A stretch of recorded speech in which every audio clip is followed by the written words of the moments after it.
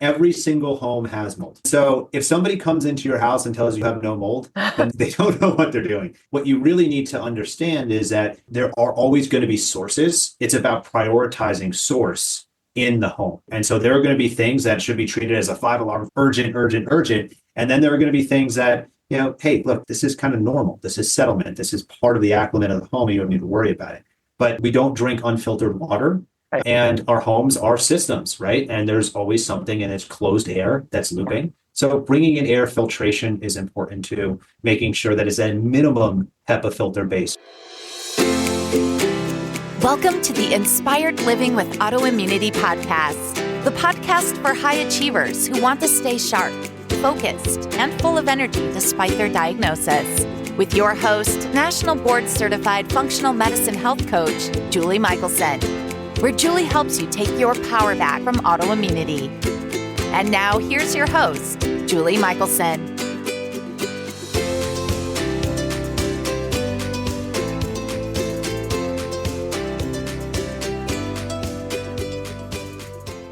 Welcome back to the Inspired Living with Autoimmunity podcast. I'm your host, Julie Michelson, and today I'm joined by Corey Levy, co-founder of We Inspect and the Dust Test. With certifications as a microbial investigator and indoor environmentalist, Corey specializes in indoor air quality. Licensed as a mold assessor in Florida and New York, he is also a WELL accredited professional focusing on health and wellness in building designs. With over 2,000 mold investigations, Corey's expertise benefits individuals with hypersensitive health issues. He actively participates in international conferences, enhancing his knowledge on conditions like SIRS, Lyme disease, and more, emphasizing a commitment to heal through environmental quality. In today's conversation, we're talking all about mold as an underlying issue driving health challenges.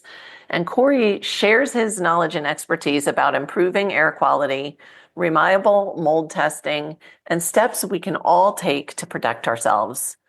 Corey busts the myth of a one-size-fits-all, burn-it-all-down approach and provides impactful resources and tips to help us all live healthier, no matter where we are in our journey. Corey, welcome to the podcast.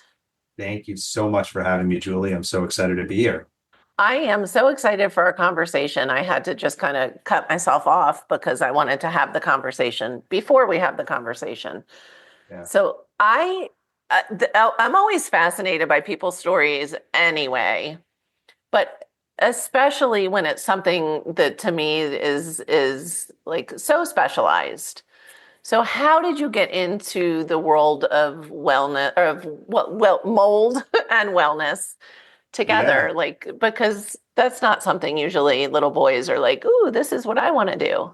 No, they're not. I think at some point I wanted to be a firefighter, but that went away really fast. And then, growing up, like a lot of boys, you kind of idolize your dad a little bit. Yes. And so that was part of my journey too. My dad actually was a trailblazer in the indoor air quality space. So he started our first location back in 2003 on the East Coast where I grew up. And a big driver for him was actually my brother. My brother had really bad asthma, really bad eczema as a kid. And when my dad left the telecom world, he had a friend who was actually on the other side of the business from where I'm at. He was on the remediation side. Okay. And so he started to do inspections. He started to do, kind of follow him and started this business. And then I kind of joke around and say, since I'm a second generation indoor air quality expert, that really means that I've been in crawl spaces since I was around 17 years old.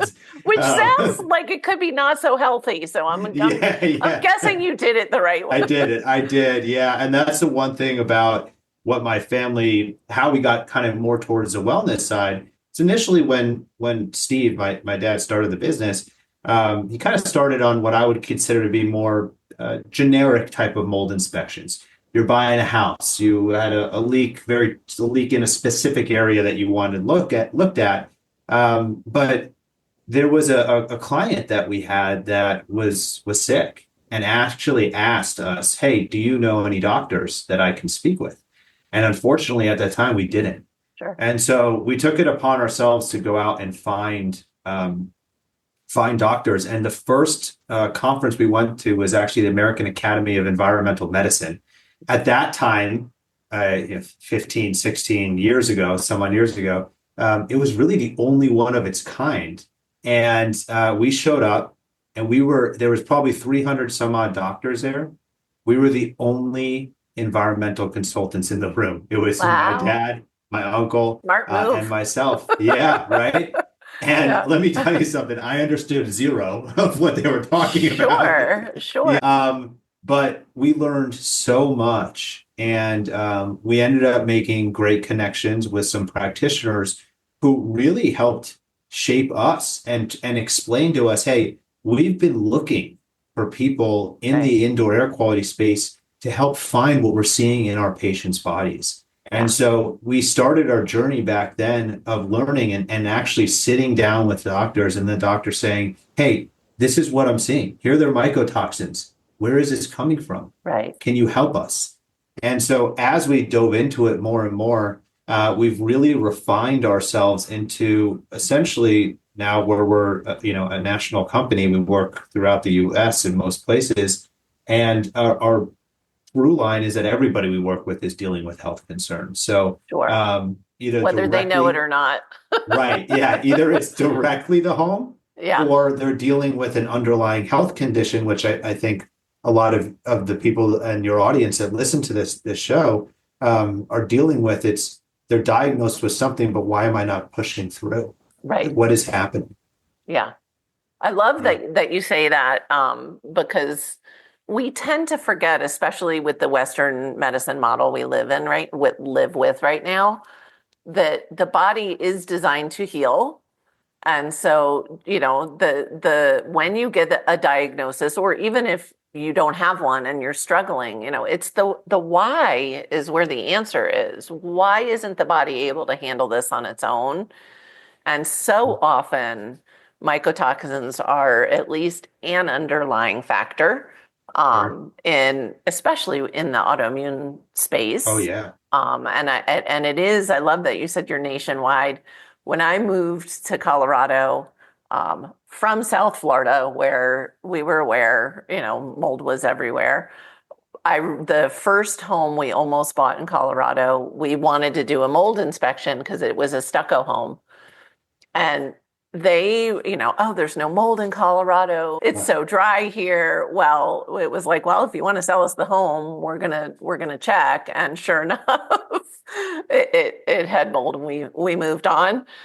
Now, 20 something years later, it has, especially, Boulder flooded years ago. Like, Oh yeah.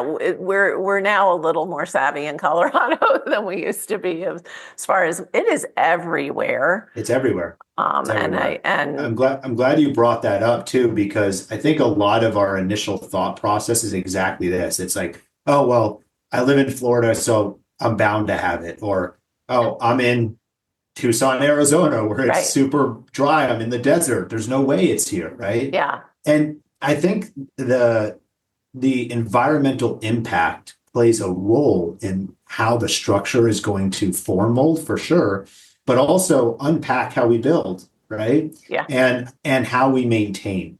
And I think that is something that's completely being missed in this conversation of, yeah, so you're in the desert, you may not get as much humidity, you may not get rain that could impact, but right. you have plumbing, You have pipes, you have pipes, right? You have HVAC systems that you run uh, year round. You yeah, have the makings for other things.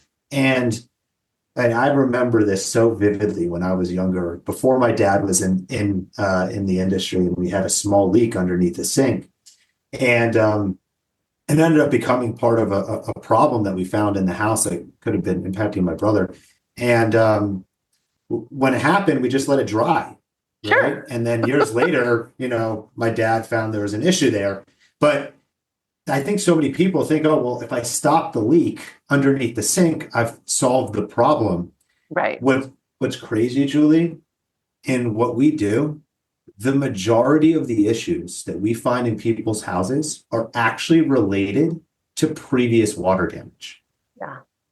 Say And that again, because that's so important for people to understand.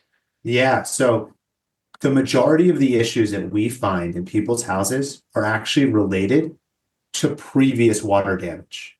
There's this theory that moisture's gone, mold is gone. It's like this mold is this just kind of evaporation, right? That they Mhm. go hand in hand. Right. But unfortunately, they don't. So the best way to think about this, if you guys can all imagine like a tree, right? And if you stop watering the tree outside, it's not like once it's dry and you walk by and you're like, oh, the tree's gone. That's great, right? I don't have to hire Right. a tree removal service. Right. Unfortunately, that's not how this works. The tree starts to shed its leaves, and those leaves get super dry and brittle, and they actually break up into smaller pieces, right? And then decades and decades go down where that tree just sits there before eventually maybe a storm knocks it over and then it starts to rot out, right? In your home, when you have a water event, mold grows as quickly as 24 to 48 hours or 7 to 10 days, depending on the type of species. But after that water stopped and even the building material is dry, the colony remains.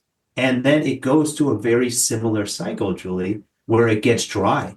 So it aerosolizes easier, it fragments easier, it gets into the body easier, right? And I want to talk about you're an air quality specialist, right? Like Mm-hmm. we tend to think of mold as, oh my gosh, it's really, I think what people think of is mildew, right? Like they think Yes. of this dark stuff they see Mm-hmm. and don't realize. So I want to talk about the importance of it. It's the spores in the air that are making you sick. It's not what's sitting under the sink. If it was Yeah. just going to stay there contained, Oh, fine. I'm so happy you said that because otherwise I wouldn't even have a job, right? Because if mold just stayed there, then we wouldn't even be talking right now, Julie. Right. But mold produces byproducts, right? And ultimately that moves through the environment and through the air. And then what happens is this stuff actually settles out into our dust, right? And so air is always changing, always moving. So you may have air quality that shifts throughout the day, Yeah. depending on temperature, humidity, occupancy, time of day, the air quality is always going to be different. But if you could imagine, did you ever watch Snoopy as a kid? Of course. Okay. Do you remember All the Pigpen, the little? holidays. Yeah, my mom was obsessed with it when we were growing up. Do you remember Pigpen, the little dirty kid that walked with the cloud We around have him? we have a chicken that reminds us of Pigpen. Yes, I do. I do. Okay. She just always looks dirty. She always looks dirty. Well, so the idea of Yeah. Pigpen is actually similar to what happens when we walk around, even when we after we shower, right, and are clean, because we're re-aerosolizing everything as we move. And these spores, these fragments of spores, these toxins that get into our home, they re-aerosolize. So when you sit down on a couch or you pick up papers off of a desk, you're rebreathing all of that in. So even after these particles settle out, you're reintroducing to your breathing zone consistently. That's why it's really important to make sure that you're keeping dust down and decluttering and all these things, because that's going to help just from an easy perspective of limiting your exposure in your house. I'm so glad that you said that. And I can never now think of myself as Pigpen now. Like, thanks for that Sorry visual. about that. No, it is. It's so important. And this is why, and I'm like, I want to steer it back, but I'm in the rabbit hole now. Um, I'm gonna say this and then we're gonna go backwards. But this is why I literally almost break out in hives when people say, oh yeah, we have mold, but my husband's handy. We're gonna, we can handle it. And I'm like, no, don't touch it. Don't disrupt. So you can answer that if you want, but I want to also talk about mold inspections Mhm. because and air quality inspections because Sure. there is, I don't know. There's a lot of There's difference. misunderstanding. There's different Yeah. approaches, and if somebody in this camp says that's the way to do it, and that's there's a lot. I think a lot of confusion around.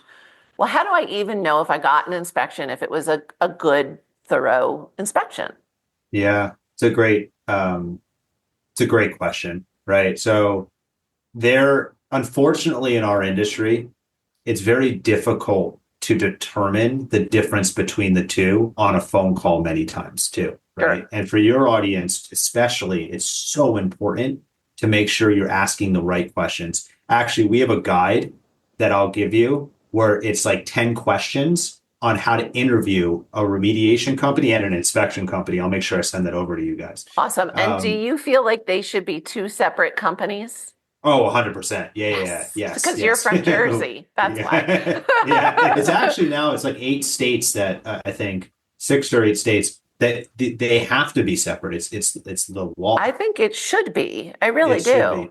be. Yeah, yeah. So look, there's air quality tests and inspections, and then there's a actual deep dive assessment of the home, and they're very, very different things, right? So the way that I look at air quality inspections is if somebody's going to come out to your home and tell you they'll be there for like an hour to 2 hours, and they walk in, they do this very visual, oh yeah, look around, okay, not really seeing much, everything is dry here. I'm going to go ahead and just take a bunch of air samples in your home. That will tell us there's a problem.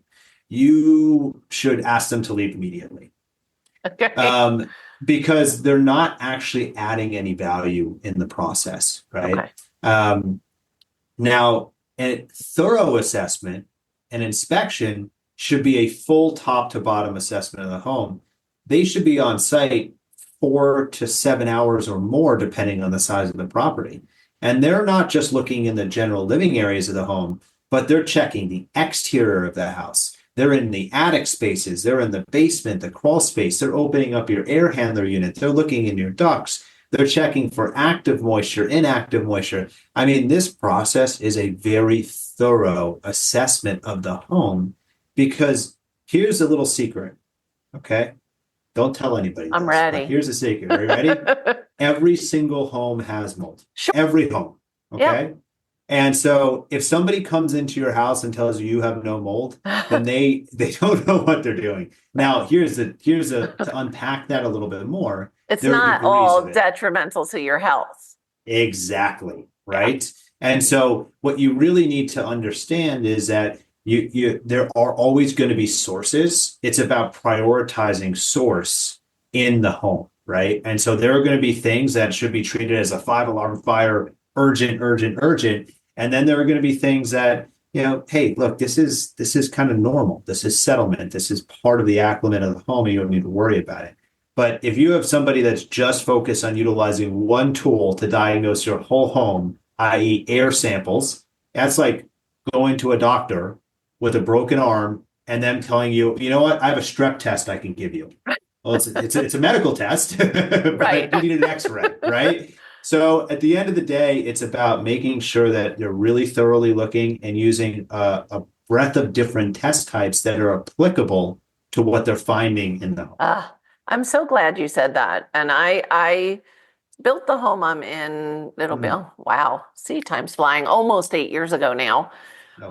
And not that long after I built the home, I had some visible mold. And because I'm me and I'm still in my, trying to get rid of all my mycotoxins that are now, they don't make me sick anymore, but I'd like them gone. I dug in and, got a really great inspector. And so that's why I'm really glad that you said every home has mold. I did, in fact, have mold in my home. None of it were the strains of mycotoxins that I'm dealing with. None of them were actually even harmful. But because I didn't want to take a chance, for me, it was worth testing. Most people who feel well aren't going to, test a pretty new home. And we've talked about, I've done some interviews on why new homes, you mentioned construction process. Yeah. New homes are definitely not off of the list of, likely culprits for sure. Yeah. But that is where having an inspection that you can trust, right, is really, really helpful. Yeah. And I'll add from my end for listeners that, whether they've already done toxin testing or not, if you haven't and you're considering, oh my gosh, is this part of the problem? It is important to compare, what is in your body Oh, yeah. versus what's in the home, because we are always going to find some stuff in the home. 100%. Actually, part of the process, because I think a lot of times people, when we talk to them on the phone, they're expecting to see black mold crawling up the walls, Yes. right? Yeah. And so you alluded to this a little bit earlier of just like, what is it? Where is it? Right. Well, you wouldn't need a job if that's yeah, everything that was making people sick, right? exactly. Like we, for those of us that are blessed with vision, we could do that ourselves. Right, exactly. But here's the thing with mold, Yeah. it tends to grow in a variety of other colors, right? And Yes. so black mold definitely has the best publicist without a doubt. Okay. For sure. Whoever they hired, they're doing a great job, but it's so noticeable. Yeah. But it's not the only mold type that can impact us either. And a lot of the times it's gray, it's dust-like. It actually grows in sometimes pink, blues, and greens, Yep. right? But here's the thing. It's not usually on the surfaces in our room, right? It's hidden. Yeah. And so when I talk to people on the phone and they call and they say, hey, I spoke with my practitioner and I've got these mycotoxins in my body, right? Mhm. And I'm looking at my house, Corey, and I don't see anything. And I go, okay, well, what are you looking for? Well, there's no black mold anywhere. Yeah. There's the problem. The secret to finding mold in your home is to not look for mold in your home. Right. Okay. That is the secret. Okay. So instead, you need to look for the 5 signs of water damage in the home. And when you do that, that's when you're going to find these issues that we're talking about. And so it's bubbling, it's buckling and separating of the building materials, it's cracking and peeling, it's staining, and it's rust and efflorescence. And if you look for that, that is the beginning of where mold will grow, even if it's dry now, right? Even if there's no active moisture, as we all know, water is the evolution of life. So it starts like a flame to a fire right there. And then after it's dry, the mold is going to stay within that spot. So instead of going through the home and looking for mold, these are the little footprints water will leave behind and clues, and that tends to be the tip of the iceberg. I love that. Thank you for sharing those signs with us. Mhm. Yeah, and it circles back to what you said earlier about, it's usually previous water damage, which our brains say like, oh, that's old, it's fine, right? I mean, anybody who's, bought a home or lived in an apartment, lived in more than one place. Yeah. Just think of like every time you look under a sink, right? Like we Exactly. discount, like how common is that to see water damage under a sink that people discount? Like, oh, that's old, must have had a leak at some point. So I But love. it's actually a problem. Yeah. And being us Jersey folks, Uh-huh. right? Were you were already left, but Sandy, which I'm old. I'm sure. Yeah, But I was you were gone, in Florida but for yeah. you were gone. I was on the ground in Sandy when it happened. I was all down the shore helping at houses. And what's really interesting is we didn't get super busy from Sandy until about 3 or 4 years later. Yeah. The reason being is because you had a lot of disaster crews come in and try and help people as quickly as they could. People were moving so fast, or homeowners couldn't get help. Yeah. And so what they were doing is they were just drying out as best they could and then painting over things. And you'd walk into these houses and think there's no problem just Looks looking at it. pretty. Yeah. Right. But then the symptoms start coming because everything is dry at this point, but the mold is still back behind these walls now. And as you mentioned before, it doesn't stay where it is. It produces three main byproducts. It produces spores, gases called MVOCs, and toxins called mycotoxins. And each one of these can have different impacts on our health. And so as these things move out into the general living areas of the home and we start to breathe them in, we start to see that impact. But yeah, if you know, you may see some signs of visual mold, but the real key there is looking for those water footprints. Such gold. Like I feel like listeners already have gotten so much from this, especially because you offer those resources of how to. It is a big challenge, I think, just like anything that kind of gains some recognition, then you get some charlatans, and you get sometimes even people with good intentions that just don't have the training to do things the right way. Yeah, And so yeah. That's why I think making sure you're asking the right questions, because that's really a great point that you brought that up. So a lot of certifications, and even state licenses, it's 1 week course, and then you get a That's license. crazy. 1 week. It's and such a boom. complicated thing. And it is so complicated, right? And so you have to be very wary. I always say so when people call in, we have what we call empowerment coaches. They before we even get anybody to work with us, they have to speak to somebody first to make sure that they're at the right point in the journey. Otherwise, we push them to resources before, right? And the ones that ask the most questions are always the ones that are going to be safest through this process, right? Yeah. And we like when people ask those questions because it's important. So many times I hear people that say, I brought this person in, I spent all this money, they didn't find anything, but my practitioner is telling me there's still a problem. We come in and there's multiple issues in the house, right? Yeah. It's And sad. so it's sad, right? So there are tools to help. I think talking through this a little bit more will really help the listeners. So visually looking for those 5 signs is awesome, right? Okay, but then what? So maybe I'm seeing a few of them here or there, right? You kind of have 2 paths. Path 1, you go right to an inspection where you can use those resources that I mentioned before to help interview. Or path 2, if you really want to understand, you know what, I'm not really seeing anything, I don't think this is that big of a deal, you can screen your home. You can screen test your house to understand if there's a problem within the environment or not. And so are you familiar with like ERMI, ERMI, or the dust test? You are? Yep. Okay, great. So the tool was created by the EPA when they performed a healthy home survey of 1,100 houses.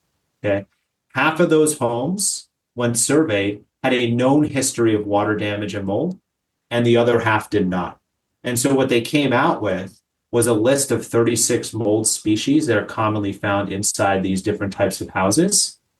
And then they looked at the geometric mean of each of those species to determine what was considered normal in them. And then based off of the elevations over normal, they're able to give you a score that determines and plots you against the other homes in the study. So it's not going to tell you where the mold is. It's not going to tell you how long it's been there, any of that type of stuff, right? But it is a good baseline to help understand whether or not there's a source of there could be sources within the home. Now, when ERMI first came out, as you know, it was really grasped by the wellness and medical community. Yep. And there's been a lot of misinterpretations of it, right? So you have to really understand how to read it. That's why we created the dust test. And so this automatically actually crosses the data from your home with other inspections we perform. And then we talk you through your results. And something you said earlier, which is really important, we correlate what's in your body to what's in your home, right? Because what we can see, if you have mycotoxins in your body, even if you're doing organic acid testing, or if you're doing some IgE testing or IgG testing, there's going to be a lot of correlation between what's in the home and what's in the body that can help tie things back together. And for me, what I always think is, hey, if we're seeing enough of these correlations here, Yeah. there's likely something going on in the home that's current. Because, yeah, you definitely had an exposure before. There's no doubt we all have. We all have. Sure. Right? Sure. But there's enough correlation, kind of like what you went through, right? You tested your home. There wasn't a correlation in your clinicals to your environment, but you didn't want to take a chance. You handled it anyways. Sure. Right? But for many of the clients that we see that go through the process of, all right, you know what? I'm going to start with the dust test. I'm going to see what's in my home and what's in my body. And there's kind of your insurance policy, if you will. There's a guarantee that you're going to have something that's going to be found there, right? Yeah. And then, getting a good inspection from there to verify and figure out where those sources are located. Which I think is so important. And another approach, depending on, and I want to talk about the individual journey, right? Because we but one of the other things people can do, even if just even the whole idea of finding a good inspector or testing themselves, like if they're not ready for that, but they really want to know, sometimes exposure is from work, school, like it's not always 100% the home. Yeah. I'll have other family members tested, because that's the funky thing about it, is that you may have, 5 people living in a home, one might be really sick. Some may have completely different kind of symptoms that they've either normalized or they don't even think of as related. Like, it just can express so differently in all of us. And so I have a client that I was really, really curious, and what they wanted to do as first step was I tested the husband as well. And they had identical through the roof mycotoxin profiles. And it was like, it's your home. This is not from childhood. They didn't grow up in the same house. And so, you can get crafty, and which brings me to what I really, really want to make sure we do talk about is the journey, right? And honoring where each of us are in our wellness journey, in our healing process, in our sometimes investigation of what's going on.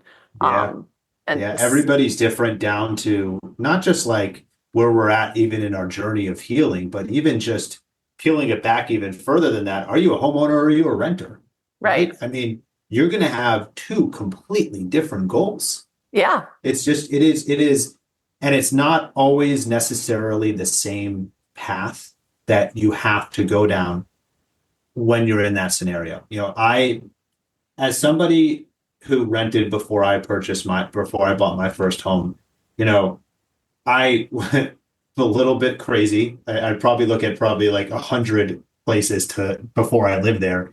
But I'll live wherever you say is okay. there you go. Good idea. I'll follow you. But here's the thing: like the last place I was in, even after going through and everything looked great, I had to leave.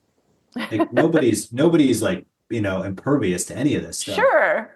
And the really kind of difficult part, like I sold myself to this homeowner. I was like, hey, I'll keep this place so great for you. If there's water, I'll handle it immediately. I'm in the biz, right? And he was like, yeah, this is great. But then, of course, something happened. And it shifted from we're great friends to I want this done right. And he did it. Right. Right? Yeah. And the problem is that as a renter, you only have so much control. Right. And when you really look at, say you do the dust test and you get these results back and it's showing that there's a problem, you have to look at your relationship with the landlord if you're a renter, because the last thing you want to do is you've already spent a couple $100s on the test, is you don't want to put more resource, more time, more energy into this process if it's going to be met with resistance. Yeah. And then you're in a scenario where unfortunately they're not doing things right. You're living in the place. Yeah. Even if it's not done under malice, even if it's just done with, I'm going to go with the route that my insurance company says to go and do, or Yeah. my friend who's a plumber says to do, right? Yep. That doesn't correlate exactly, right? Yeah. It's So tough. it's tough. It's really tough. And when you're talking with people, like at the dust test, when we help align a lot of these things together for people, the question always comes at the end of this is, hey, what is your living situation? Do you like it here?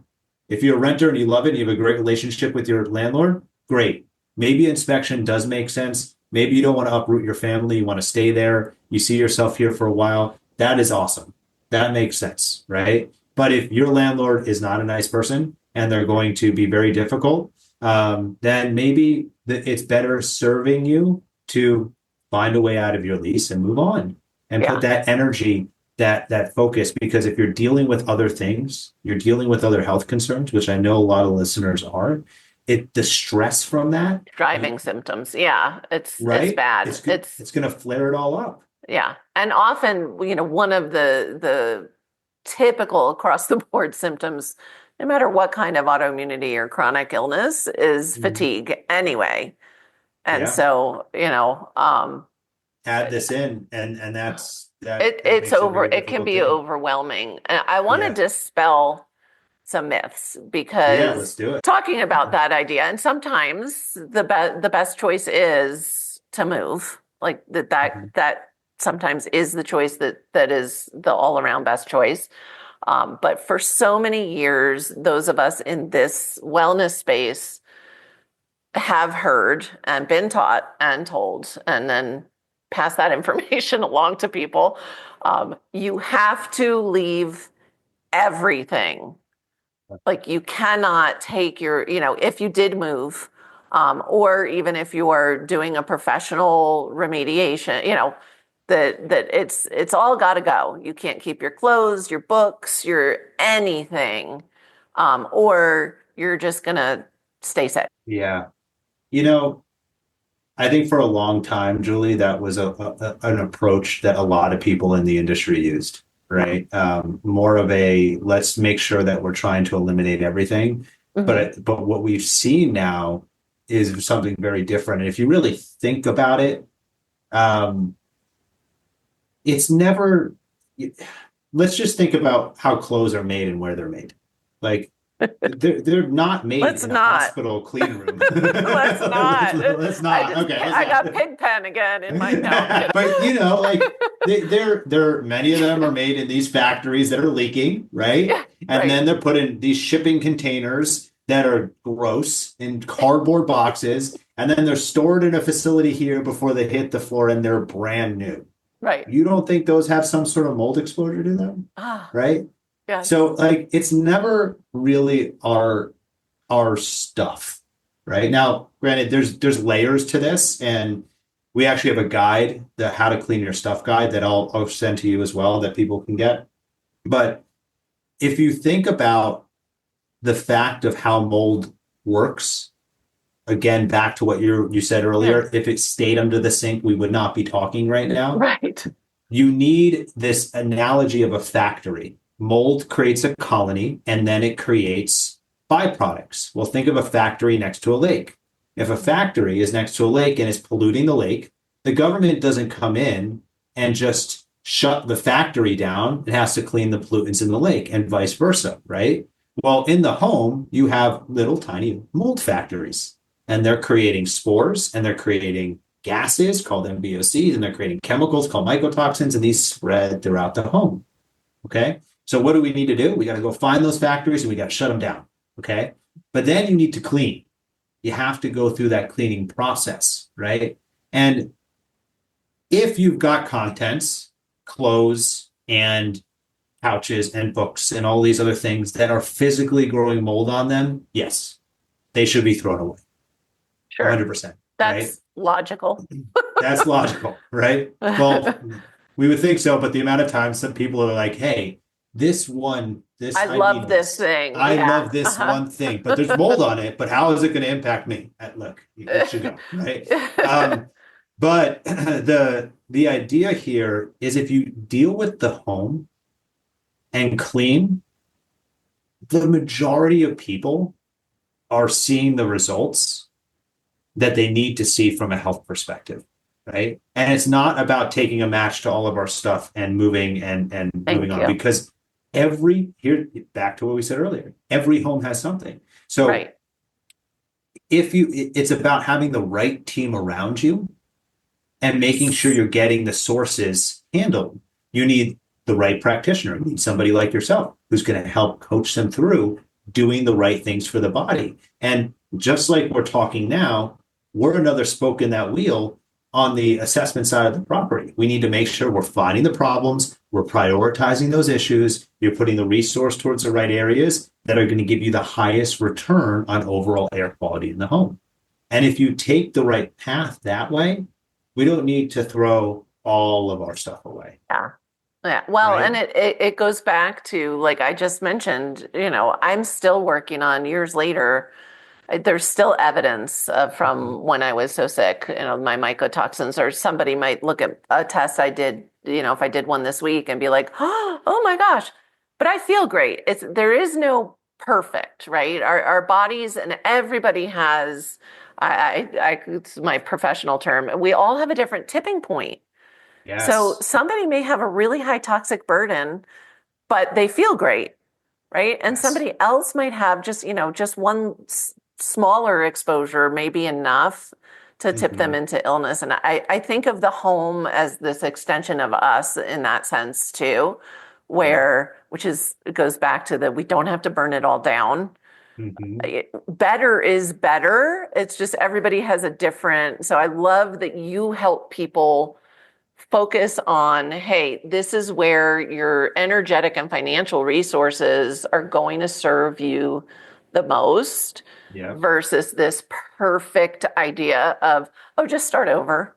Yeah. Like, It's and that is unfortunately you go online, you get into some of these groups and it pains me to see people who already are so financially strained through this sure. process, Yeah. right?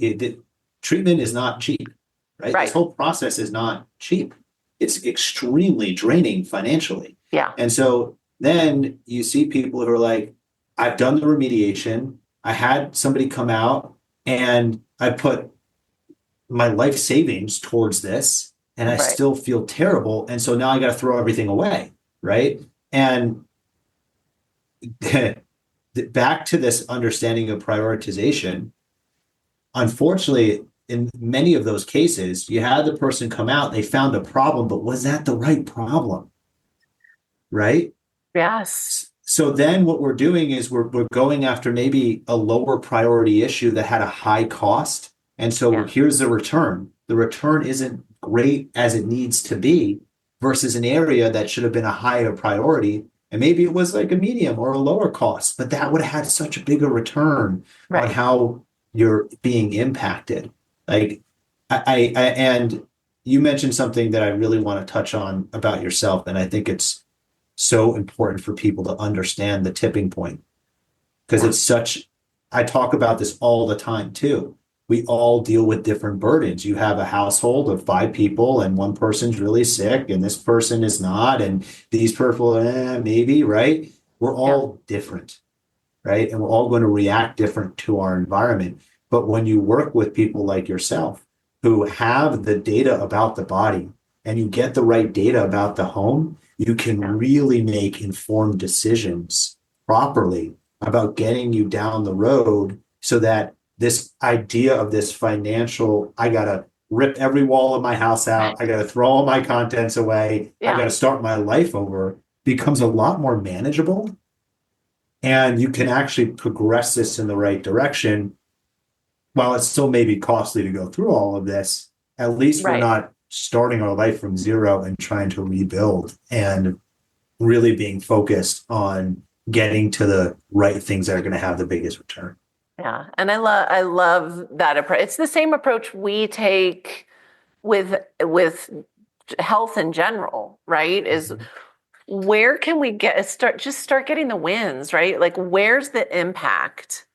Because, financial resources may be limited, but even just energetic resources, right? Like you mentioned, stress and the whole thing. So it's like, if Yeah. we can start to move the needle, like what's going to move the needle the quickest, even if it's not the home run. Right. It's that, like you said, what's going to have that most impact. It's the same Mhm. approach we take with the body. Yeah. Yeah. So I love that it really carries the kind of the home as the extension of the body I know. analogy. I'm gonna steal that from you. It just came out of my mouth. You inspired me. So I warned you before we hit record Yeah. that I was going to have a hard time keeping to our allotted time, but Oh, also that's fine. you had mentioned something that is when it comes to mold, it is literally my biggest pet peeve. So I have to ask this question, even if listeners think it's another Julie non sequitur. Um, should you?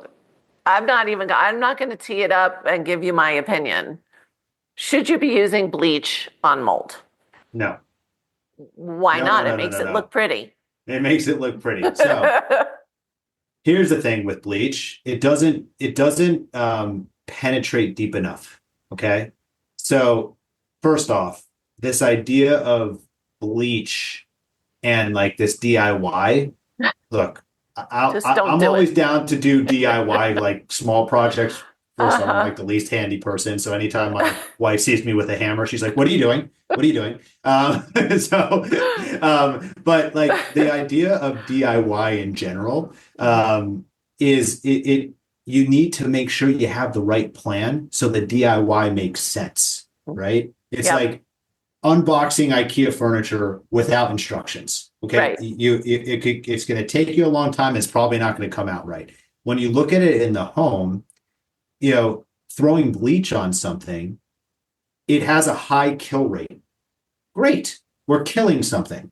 Okay, that seems like it's a good idea, but we're only killing the top layer because the molecules of bleach are not going to penetrate deep enough to get to the growth structures. So go back to that tree outside that we were talking about before.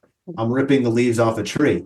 When I walk outside and see that tree again, I didn't kill the tree.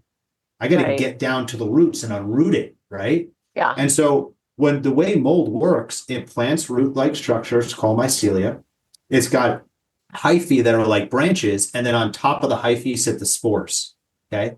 So when we walk up to it and bleach it, the molecules of the bleach will kill what's on the surface. Okay. And then what's left as that bleach chemical evaporates is water. And what does water do? It super Shoot. sucks. It sucks right down into what it's growing Darn on. it. Come on, Right? Corey. And then, here, you got me on the bleach train, Julie. And then what happens is now we've essentially dealt with, depending on the type of mold, we could also make it not happy. So molds, 3 byproducts, spores, reproductive, gases, MVOCs, part of digestion, toxins, mycotoxins, part of defense. Okay. So now, boom, right? So we've now made it angry, okay? And it's going to come back, and we've given it a food source, water, okay, to grow back properly. And so you've now created this recipe where we think visually it's made it look pretty for now, Right. but we've never actually gotten down to the source of it. And here's the thing about killing something, okay? If you had a skunk in your wall and you said, "Corey, I hear it, I smell it. Can you kill it?" Sure. I come out, I find it, I kill it, but I don't remove it. Yeah, gross. Is that smell going to go away? No. No, it's going to get worse. So now we're killing mold spores, which just means that those spores can't grow more mold, but it's still allergenic, still has the toxins associated with it. Kind of like a peanut allergy. If somebody eats a peanut off of a tree and then eats a roasted peanut, which can't grow, it's still going to It's cause still the a same. peanut. It's still a peanut. So we're still dealing with the mold spore that now is just dead and can't grow more mold, but still can have that reaction. And still make you sick. Yeah. Exactly. And my two like non-technical additional issues with the whole bleach and mold thing is once it's visually gone, people mistakenly think I don't have a problem. So they stop investigating and dealing. And then B, bleach is not good for you. Yeah. Like if you already have a stressed immune system and you're already compromised, like you don't want to be doing it.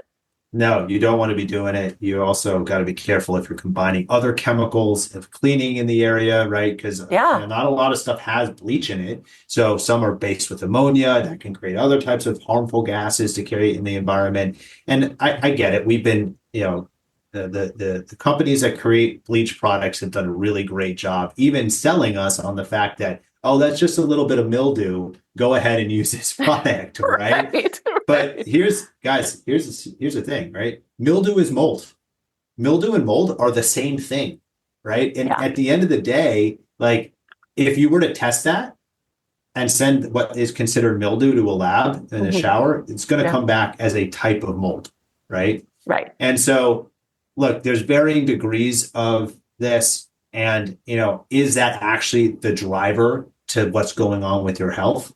Maybe or maybe not. Right. Throwing bleach on it is not the right way to handle that type of situation. There's other more natural based products that you can clean with, right? Thyme oil is a huge antifungal and it doesn't have this like crazy kill rate.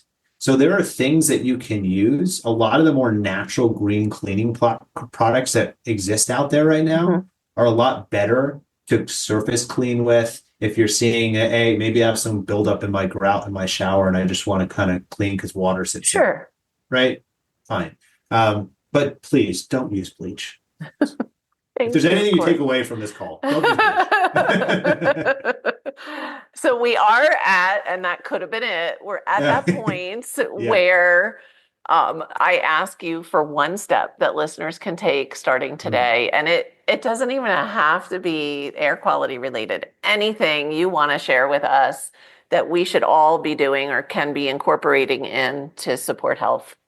Yeah. So I am going to lead on the air quality side because I think it's so important. We take That's why you're here. That's why I'm here. We take 20, here's just an imagination. You take 20,000 breaths a day. Okay. And I listened to a show you did recently where you talked a lot about like diet and how diet tends to be this kind of low hanging fruit that we can change quickly and fast. Right. And a lot of times that's where we start, but we can also start with giving our home a bit of a diet, right? Yes. And that means let's keep clutter down to a minimum as much as we can, right?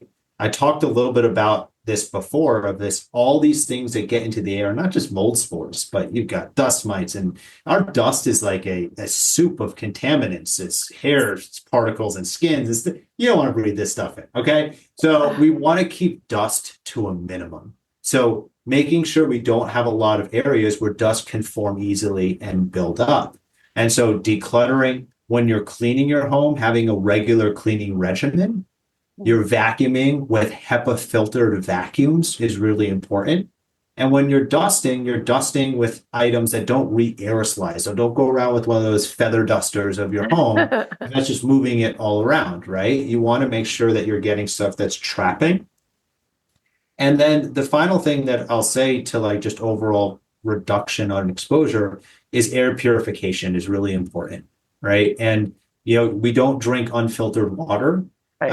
And our homes are systems, right? And there's always something and it's closed air that's looping. Right. So bringing in air filtration is important too, making sure that it's a minimum HEPA filter base. But there's a lot of really great brands out there, from Air Doctor to Healthway to IQ Air to Austin Air, that are all really great products that you can bring in. Amazing. I knew your one thing was going to be, but air quality is the one thing. Is one thing. But I love that it is just even the focusing, first of all, notice, and then, keeping the clutter down is huge. It really is. And so, and then all of those other things that we can be doing on a regular basis are so, so important. Where is, for people that aren't going to check the links in the show notes, where is the best place to find you or some of your resources? Yeah. So yesweinspect.com is the best place to find anything about us. We have resources on there. We've got a ton of blogs that you can check through and free guides and all of the fun things. And then if you're on Instagram, at Mold Finders is my business partner's name is Brian Carr. He runs our Instagram account. He is constantly putting out tips and tricks for the house. So that's another really great one. And then if you're interested in the dust test, you can find it on yesweinspect.com, but the dusttest.com is really another place to get that screening tool directly to. Amazing. Yeah, check the show notes out because I'm going to give Julie a bunch of really great things to put in the links below. Absolutely. Corey, thank you so much. Listeners, seriously, play this 3, 4, 5 times. There's so much packed in this episode. We so appreciate you sharing your expertise and your clear caring with us. Really makes a huge difference. Thank you so much. For everyone listening, remember you can get those show notes and transcripts by visiting inspiredliving.show. Hope you had a great time and enjoyed this episode as much as I did. I'll see you next week. Thank you for listening to Julie Michelson's Inspired Living with Autoimmunity. Did you enjoy this episode? Please like, share, and subscribe wherever you listen to podcasts. If you'd like to get a transcript of this and every other episode, just head on over to inspiredliving.show or click on the link in this episode's description. There, you can also find everything we discussed in this episode, including links and information about our guest. You can even send in your questions to be answered by Julie in a future episode. That's inspiredliving.show. Until next time, this is Julie Michelson's Inspired Living with Autoimmunity podcast, helping you take your power back.